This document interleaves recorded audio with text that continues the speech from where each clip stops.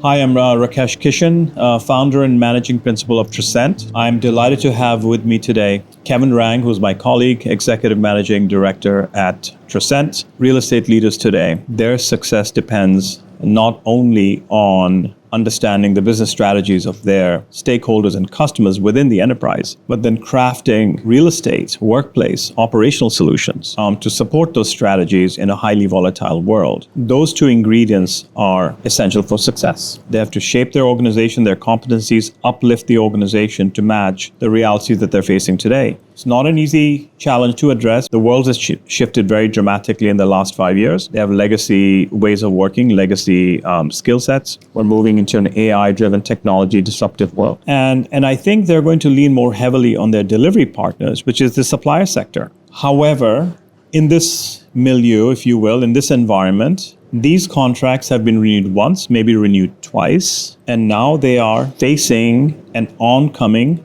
termination date, which is coming at them like a freight train. Now, we as Trescent, half of our work is renewal focused. The other half is strategic, transformational sourcing event focused. Right. How does a client decide whether to renew or whether to go to market with this as context? So I think the recommended approach is to first do an assessment, to first look at what do you have today? And one thing we found in doing these assessments for our clients is that often what they originally signed up for is not what they have today. A lot of changes have occurred. There are a number of amendments, and often what the client assumes they have, they don't, right? So I think it's important to first know what you have in terms of what is the structure, what is the deal, what are the risks, how are they allocated? And then going back to a prior conversation you and I had, for the client to understand what are its objectives for the next 5 years, and to look and analyze that. Is the current trajectory that we're on, the current platform that we have, is that structured in a way to help us achieve that? If not, it doesn't mean you have to go one direction or the other, but it's an important data point to help make that decision. I would say the second point that will kind of help decide which direction they go is, what has that experience been in terms of, if the supplier agreed to deliver savings, as an example, did they deliver the savings? What is the working relationship like? Is there a lot of friction? Is it frictionless? That's going to be very important in, the client to make a decision there. Oftentimes we'll see a situation where the objectives have been met. I think regardless of whether it's functioning well, because in a way, if it's not functioning well, it's almost an easy answer. For most clients, they're functioning well. And then the question becomes, because they're going to have to make it functional, otherwise the program doesn't exist, right?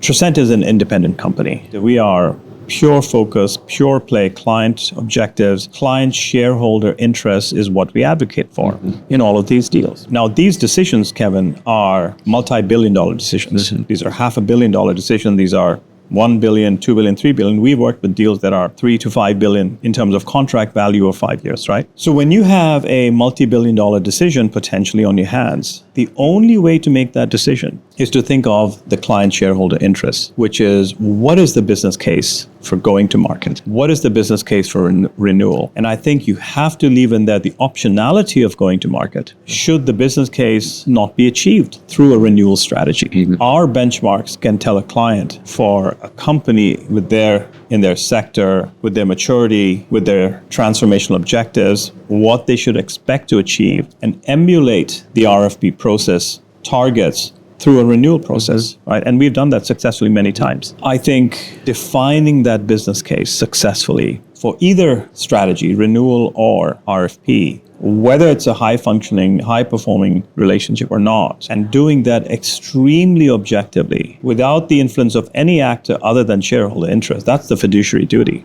for a client, because this is a big decision. That's what shareholder wants. This multi-billion-dollar decision to be done with utmost objectivity, integrity, and a business case focus that'll produce the right outcome. Right, and I agree. I think that there are a number of factors that the client's going to look at, right? There's a cost associated with going to market, right? There's cost of actual dollars to invest in a team, to negotiate this, structure it all, as well as time. It's going to take a lot more time typically to go through that entire process. So I think really the fundamental factor, and I completely agree with you, that even if you decide initially, let's renew, you don't get anything without leverage. And that's ultimately the key principle here. You have more leverage if you go to market than you do if you renew. But having that as an option when you're renewing to go to market helps you preserve that leverage. And it really comes down to the question of, am I willing to invest in the cost of both money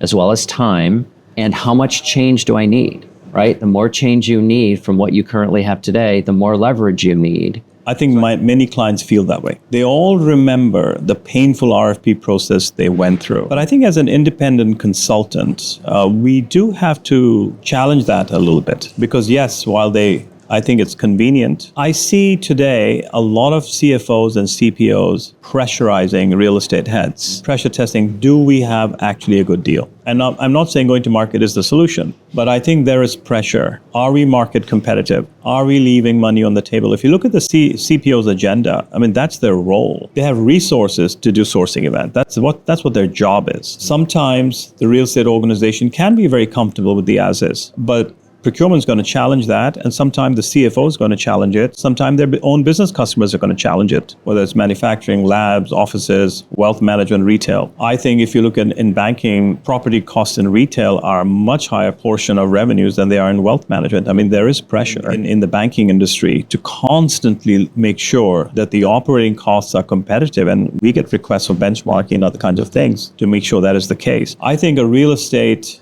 leader has to think very carefully about this decision. Sometimes it means not taking the convenient way, not pursuing the convenient strategy. Sometimes it means pursuing what's needed, even though it's going to cost more. But it is a very important trade-off. You can renew with less competitive leverage. What do you need to do that to maintain actually increase your leverage in those negotiations is key. But it also means that at times they may have to pursue the market option, even though it may be by mandate, because it's been 10 years. Their policies prohibit renewing any deal over 200 million or so, any contract value more than 100 million, just renewing it. I think that the traceability of how that decision is made, the auditability of how that decision is made is going to be vital for success. We have seen situations where a client has elected to renew. There's been a leadership change at the top. I'm seeing more leadership changes in real estate than I ever have in my life. There is a search for new talent. People are bringing an outside thinking into real estate from outside the company, not promoting from within in many cases. And as these new leaders come in, they're going to ask the question, why did you renew and not go to market? I think creating a non-black box decision around this matter, traceability as to how the decision was made, data, business case that supported the decision, precautions that were taken, benchmarks that were taken to make sure the deal is market competitive, whether you renew or whether you go to market. It's going to be vital for success when the value at stake is in the billions. That is the way you represent shareholder interest. I completely agree. I think and as you know, we recommend the client decides, right? So they're the ones who's going to own that decision. But the other thing we can't forget here too is when we did our first deal 25 years ago, there was not a huge appetite for risk in terms of what customers were willing to outsource. That's changed dramatically. So that initial deal was office space only. Now we've got GMP services and manufacturing facilities, which if things don't go right, could impact the ability to actually create product and get it out. The risks have gone up, and there is that consideration in making a switch, Absolutely, right? Of that disruption risk. So all of these factors need to be considered.